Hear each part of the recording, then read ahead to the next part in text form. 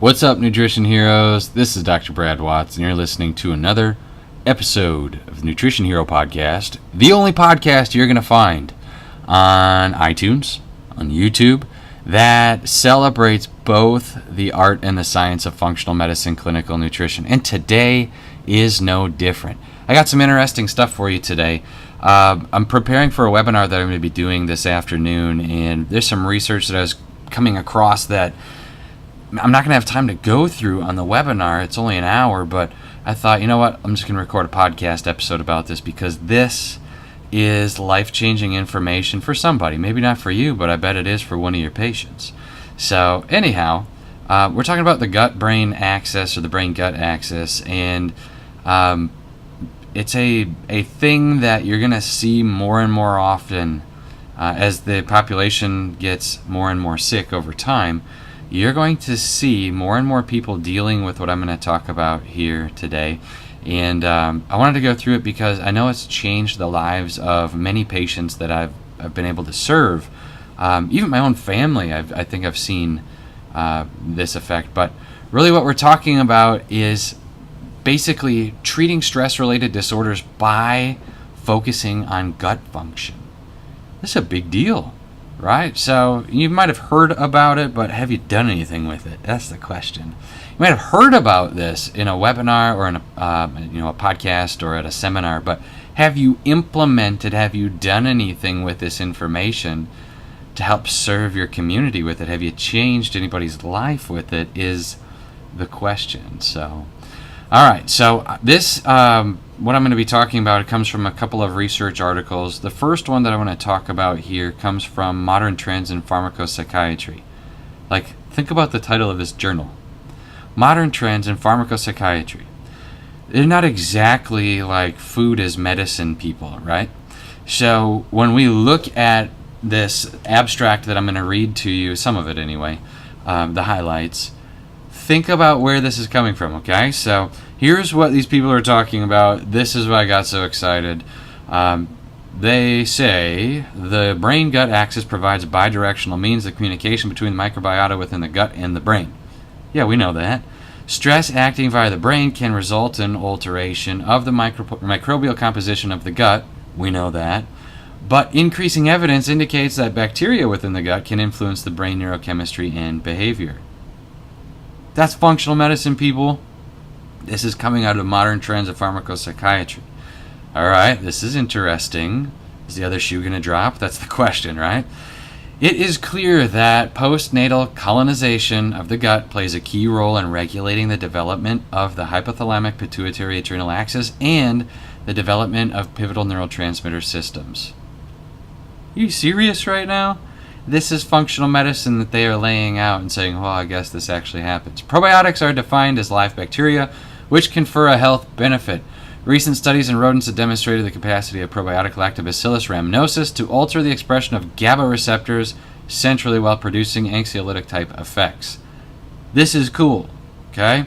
What they are essentially saying to us here is that you can have a gut up effect, not just a brain down, like a top down effect. And I'm a doctor of chiropractic, right? So I've been schooled in the top down, above down, from the inside out. I've been schooled in that very, very well, and that fits, yes. But what I'm saying is that here we're talking about from the gut up, like their patient's gut can have an effect on the overall form and function of their nervous system.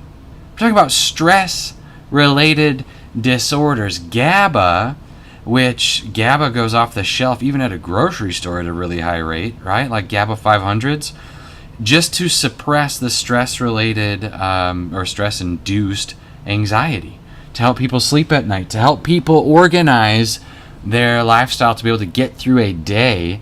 And so what I'm excited about is like the possibility of teaching people how to farm GABA again. So I use GABA every day with patients, every single day. It has effects on blood sugar, anxiety, how they sleep, their attitude, their memory. So I use GABA on a daily basis, but if you can teach patients how to farm GABA more specifically, I think there are wide like broad brush strokes of applications here, anywhere from little kids that are dealing with anxiety disorders and like ADD and that type of stuff, to adults that are dealing with high blood pressure. Right? So how many times have you seen an adult come into your clinic and they have high blood pressure and they're stressed out of their minds, and they're like, well, it's not stress. You're like, yeah, it is. It is stress. And they're like not identifying that it's stress because it's just their daily life. What are they supposed to do? And so this is interesting because you can modulate the HPA axis by this Lactobacillus rhamnosus. Now, I've been using Lactobacillus rhamnosus for years because of this, but this article specifically is coming from a psychiatry journal. That's why I got so excited about it. So, Lactobacillus rhamnosus, where do I get it? How do you use it? And who gets it? So, those are all very good questions, and thank you for asking. How do I get it? I get it from a company called Metagenics, and they do a really good job with Lactobacillus rhamnosus because that's a single nutrient. Now, in functional medicine, you don't typically want to do single nutrient, single action unless you know the mechanism forward and backwards, right? Well, what these guys have done is they've put it into a product that they call Ultra Women's Flora or Women's Ultra Flora, and one or the other. And it is something that obviously you don't only use for women, but what it does do is it promotes better function out of the gut, specifically with these GABA farming organisms. Now, if you can farm GABA, that's probably better than having to take GABA only. However, how long does it take to get somebody back on track farming GABA? Months and months, in my experience. Okay? 4 to 6 months. You can't just give them this and expect them to farm it tomorrow and be okay. What has to happen is you have to be able to promote better function along the way. So I do use GABA. Like I use BioGmax GABA from Biogenetics, and then I will have my patients start farming GABA more specifically. So I told a story, I might have told a story, about a patient of mine who is dealing with anxiety issues to such an extent that she couldn't drive her car into the city to see me. And one of the things that we wanted to do was get her to a spot where she could come to her own office visit or like go grocery shopping without having an anxiety attack or sitting in the car hyperventilating, thinking about pulling out of her driveway. And one of the ways that we got her to her goal is by giving her GABA, yes, orally, but also by giving her microbiome the right nutrients to start farming GABA more specifically, and it was this, Lactobacillus rhamnosus. So I like the effects that come out of this. I think this is really interesting. One of the other articles that I came across today that I'm just gonna read you part of the abstract here because this is so important. So this one is the Central Nervous System Neurological Disorders Drug and Targets Journal. Okay, so literally that's what it is. How specific is this? Okay, CNS Neurological Disorders, Drugs, and Targets Journal. All right, so here's the title: Gut Emotions, Mechanisms of Action of Probiotics as Novel Therapeutic Agents for Depression and Anxiety Disorders. Are you serious right now? Like, the thing that gets me about this is that functional medicine has been saying this since the 80s, right? And like these research journals are coming out right now, and it's like, well, look what we found, everybody. Like, that's what gets me. So you got to take this with a grain of salt and a smile, because one of the things that they're talking about here is, says a priority clinical and research agenda in mood and anxiety disorders is to identify determinants that influence illness trajectory and outcome. Over the past decade, studies have demonstrated bidirectional relationship between the gut microbiome and brain function. Yeah, we know that already, right? Probiotic treatments and developmental analysis of the microbiome may provide potential treatments and preventative measures for depressive and anxiety disorders. The Systemic Literature Review aims to identify original studies linking the gut microbiota to major depressive disorder and anxiety disorders. Furthermore, this review searched for original reports focusing on possible therapeutic and preventative, highlight that word, preventative effects of probiotics for these debilitating conditions. How cool. It says, in conclusion, the emerging concept of a gut microbiota brain axis suggests that the modulation of the gut microbiota may provide a novel therapeutic target for the treatment and or prevention of mood and anxiety disorders. All right, so what functional medicine has been doing since the 80s, we now have literature that somebody has funded right? Because that's really, science is only knows what it's paid to know, right? So, and we're talking about research here, is researchers are only paid, they only know what they're paid to know.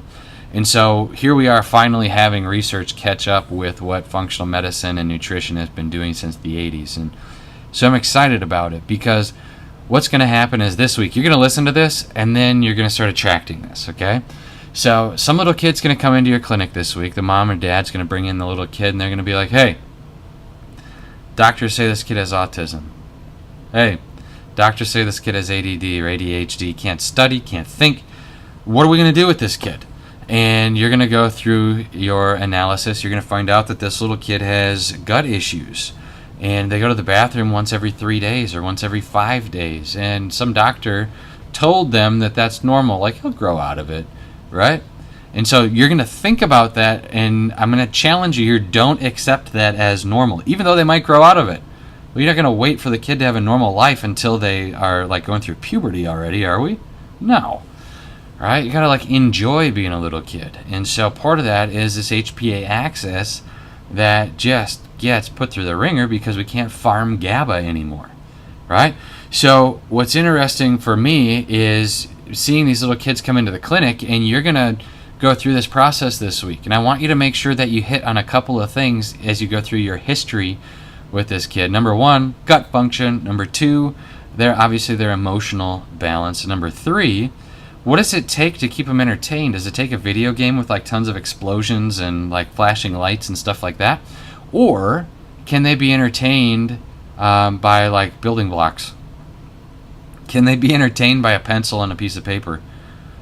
So these are the things you're going to look for. If it takes explosions and all this other stuff, it takes something that has a very large stimulus in order to promote their attention being spent on it. Well, that screams, I need GABA to me, okay? It screams, I need GABA. So if you're going to utilize lactobacillus rhamnosus with a little kid, what you do is you just get the capsule, you break it up, you put it into a beverage, stir it up down the hatch, right? Or you put it into their dinner at night. So if they're having vegetables or whatever, like mix it up in there. It'll be all right. So you want to make sure that you begin this process. Now, 4 to 6 months, remember, is what it's going to take in order for them to be able to farm their own GABA on their own. However, you got to start somewhere. Now, in the meantime, I'm utilizing something called BioGmax GABA. It's GABA that's been put into a liposome so that little kid doesn't have to destroy it in their belly. It actually absorbs passively through the mucous membranes into the bloodstream, like in the mouth. How cool is that? So swish it around for a couple of seconds and you can spit it out or swallow it, whatever you prefer. But the point is that you give them GABA while you're teaching their body to farm GABA so they can have a normal life as they're waiting for their farm, their gut, to participate appropriately again. Okay? So that is very, very cool. When we look at the process that shows up here, we'll also want to think about applications now for people that are dealing with high blood pressure or they can't sleep at night, that type of stuff. And the similar application, except the volume you're going to have to use is going to be so much more for somebody dealing with this type of a situation. So anybody who has high blood pressure, first look at their gut. Look at their gut. So their gut may not be directly forcing their blood pressure up, but that's not what we're talking about. What I'm talking about is connect the dots, be a strong enough clinician where you can connect the dots for them and like see the process from the beginning, like get to the root issue. Remember we talked about the rule of sevens one day on the show here? Like ask why 7 times. Usually you're going to end up in the gut. It's just the way that it is. And so I would suggest that you start there. So next time somebody walks in with high blood pressure, next time somebody walks in and they have a stressful job, or they have more than one kid, or they have 2 jobs. Maybe they're just trying to make ends meet. Maybe they got 3 jobs and a kid, and they're trying to work full time and go to school and all this stuff. They are likely lacking the GABA Farm. Okay? If you can get back on the train here with the GABA Farm, you are going to be okay, and your patient is going to be okay. Now, if you're listening to this and you're going, I wonder if I have GABA issues. Yes, you do. You have GABA issues, right? It's like this day and age, I don't know anybody that is HPA, sufficient. I don't know anybody that it's HPA sufficient right now. There is always somebody that's going to be dealing with. You watch the news for 8 minutes in a given day, you are going to have an adrenal gland disorder. Okay? It's just the way it is. You're going to have it. You eat crappy food, you watch the news, you listen to the radio, you go to school, you drive a car, whatever it is, you're going to be dealing with these things. HPA access, like these situations, are going to arise because of the stressors in modern life. Now, be a GABA farm. Do your job. Get it rolling again in the right direction. Man, if everybody could do this, you can be promoting better function that, like, you can't turn it off. This is the cool part. If the farm is doing its job, you don't have to constantly, like, try to turn it off. Your life is going to change. Your patients' lives are going to change. Like the weirdest podcast episode ever today, requesting that you turn into a GABA farm. But the point is that there are a lot of people that need it. A lot of people that can get some value out of this. But not a lot of people know this stuff, right? Because what happens is we go, oh, we know you need probiotics. Yes. Shotgun approach. Here's your billion organisms, right? And do this multiple times a day. Well, what if we're not farming the right organism? Nobody looks, right? That's what I'm talking about. So I get so animated about the organic acid test. Okay, and by the way, I know that the organic acid test episode got mislabeled. It's an iTunes situation. We're fixing it. Probably relaunch it for you here in a couple of days. But the organic acid test is so important with this because you can analyze and you can figure out what specific strains of probiotics does your patient need. All right. Hint, lactobacillus rhamnosus. So this week I want you to look for the people walking into your clinic. Look for the ones that need to be a GABA farm. I want you to email me about it. I want to hear about it. This would be awesome. Coming up next, I think we're going to do another episode, like a mailbag episode. I got quite a few questions in my inbox right now. If you would like to participate in that, just send me an email with your question. It could be about anything, right? Anything in the functional medicine, clinical nutrition world. Testing, nutrients, patient management skills, whatever it is. And Brad at biogenetics.com. Brad at biogenetics.com.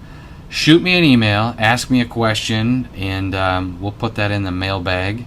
And like I said, I got quite a few here, but I'm always looking for more, and we'll get to it. All right, hopefully you guys enjoyed the episode today. I want you to make sure that you put it into good use.